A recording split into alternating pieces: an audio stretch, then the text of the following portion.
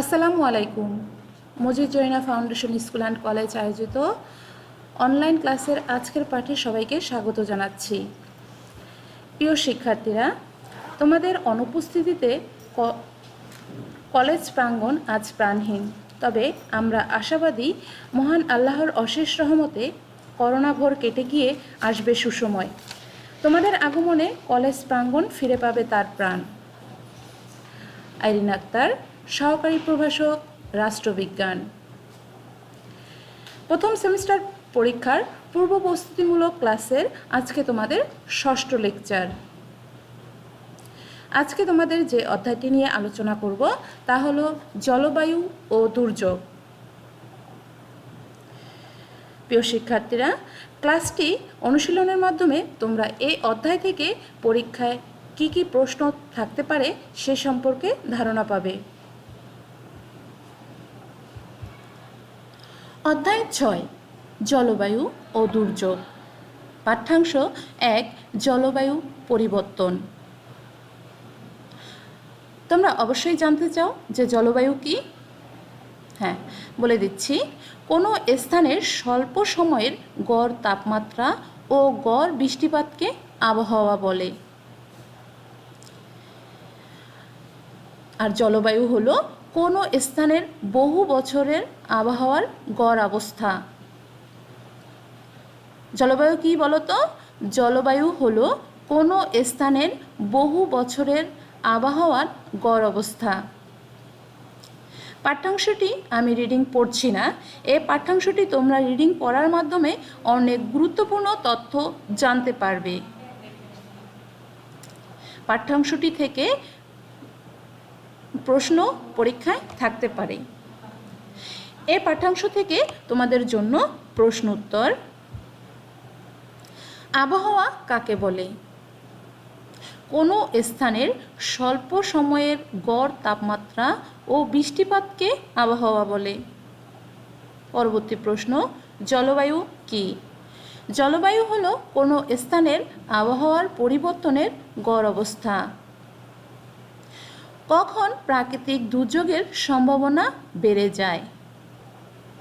বাংলাদেশে কোন কোন প্রাকৃতিক দুর্যোগের ঝুঁকি রয়েছে? এখানে 2টি প্রশ্ন রয়েছে, 2টি প্রশ্নেরই উত্তর বলছি। জলবায়ু পরিবর্তনের মাত্রা ব্যাপক হলে প্রাকৃতিক দুর্যোগের সম্ভাবনা বেড়ে যায়। পরের প্রশ্নটির উত্তর হচ্ছে, বাংলাদেশে বন্যা, ঘূর্ণিঝড়, ভূমিকম্পের মতো নানা প্রাকৃতিক দুর্যোগের ঝুঁকি রয়েছে। দুর্যোগ মোকাবিলায় বাংলাদেশের সরকারের কোন মন্ত্রণালয় কাজ করে?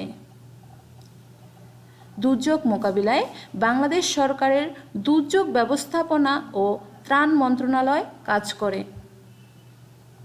পাঠ্যাংশ 2, নদী ভাঙন। বাংলাদেশে অসংখ্য নদী রয়েছে, তাই এদেশের অনেক জায়গাতেই নদী ভাঙনের প্রবণতা দেখা যায়। নদী ভাঙনের ফলে আমাদের মূল্যবান কৃষি জমি, বাড়িঘর, সড়ক, প্রতিষ্ঠান, হাটবাজার বিলীন হয়ে যায়। ফলে অর্থনৈতিক, সামাজিক জীবন ব্যাপকভাবে ক্ষতিগ্রস্ত হয়। অধ্যায়টির পরের অংশ পড়ার মাধ্যমে তোমরা নদী ভাঙন, প্রাকৃতিক এবং মানবসৃষ্ট কারণগুলো জানতে পারবে। এই পাঠ্যাংশ থেকে তোমাদের যা প্রশ্ন উত্তর থাকছে, নদী ভাঙনের ফলে আমাদের জীবনের কোন ক্ষেত্রে ব্যাপকভাবে ক্ষতিগ্রস্ত হয়? সামাজিক এবং অর্থনৈতিকভাবে।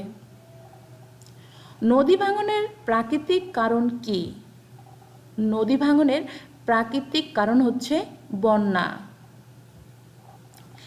নদী ভাঙনের মানবসৃষ্ট কারণ কি?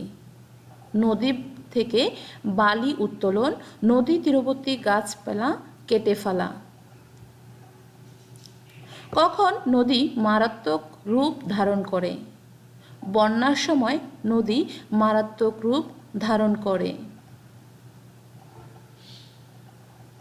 পাঠ্যাংশ 3, খরা। এটিও একটি প্রাকৃতিক দুর্যোগ। আবহাওয়া ও অপর্যাপ্ত বৃষ্টিপাত এবং অল্প সংখ্যক নদী থাকার কারণে খরার প্রবণতা বেশি হয়। বাংলাদেশের উত্তর পশ্চিমাঞ্চলে খরার প্রবণতা বেশি। তোমরা এই পাঠ্যাংশটির মাধ্যমে খরা কী কারণে হয় এবং খরার কারণে কি কি হতে পারে সে সম্পর্কে জানবে। পাঠ্যাংশটি অবশ্যই রিডিং পড়বে। এই পাঠ্যাংশটি থেকে তোমাদের জন্য প্রশ্ন উত্তর: বাংলাদেশের কোন অঞ্চল খরা প্রবণতা বেশি?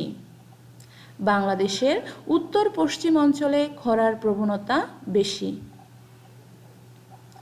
উত্তর পশ্চিম অঞ্চলে খরার প্রবণতা বেশি কেন? দীর্ঘকালের শুষ্ক আবহাওয়া, অপর্যাপ্ত বৃষ্টি এবং অল্প সংখ্যক নদী থাকার কারণে উত্তর পশ্চিমাঞ্চলে খরার প্রবণতা বেশি। খরার একটি মানবসৃষ্ট কারণ বলো। খরার একটি মানবসৃষ্ট কারণ হলো নদী তীরবর্তী গাছপালা কেটে ফেলা। খরার দুইটি ফলাফল লেখো। খরার কারণে যা হতে পারে: পুকুর, নদী, খাল ও বিল শুকিয়ে যায়, মাঠে ফসল ফলাতে কষ্ট হয়। পাঠ্যাংশ 4 ভূমিকম্প। ভৌগোলিক অবস্থানের কারণে বাংলাদেশে ভূমিকম্পের নিশ্চিত ঝুঁকি রয়েছে। এই পাঠ্যাংশে বাংলাদেশকে কয়টি ভূমিকম্প প্রবণ অঞ্চলে ভাগ করা হয়েছে তা সম্পর্কে তোমরা জানতে পারবে। অবশ্যই পাঠ্যাংশটি রিডিং পড়বে। পাঠ্যাংশ থেকে তোমাদের জন্য প্রশ্ন উত্তর: ভূমিকম্প কি? প্রাকৃতিক কারণে ভূপৃষ্ঠ কেঁপে ওঠাকে ভূমিকম্প বলে। আবার বলো তো, ভূমিকম্প কাকে বলে? প্রাকৃতিক কারণে ভূপৃষ্ঠ কেঁপে ওঠাকে ভূমিকম্প বলে। বাংলাদেশে কোন কারণে ভূমিকম্পের ঝুঁকি রয়েছে? ভৌগোলিক অবস্থানের কারণে। ভূমিকম্প পূর্ব প্রস্তুতিগুলোকে কি কি ভাগে ভাগ করা যায়? 3 ভাগে ভাগ করা যায়। 1 ভূমিকম্পের আগে, 2 ভূমিকম্প চলাকালীন, 3 ভূমিকম্পের পর। ভূমিকম্প চলাকালীন কি কি করতে হবে? ভূমিকম্প চলাকালীন পুরোপুরি শান্তে থাকতে হবে। আতঙ্কিত হয়ে ছোটাছুটি করা যাবে না।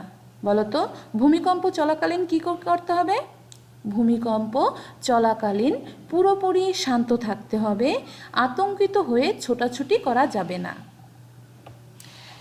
আমরা অধ্যায়ের 4টি পাঠ্যাংশ শেষ করলাম। এখন আমরা প্রশ্নের ধরন অনুসারে মূল্যায়ন করব। প্রথম প্রশ্ন: তুমি কোনো নির্দিষ্ট সময় ও স্থানের আকাশ ও বায়ুমণ্ডলের সাময়িক গড় অবস্থাকে কি বলবে?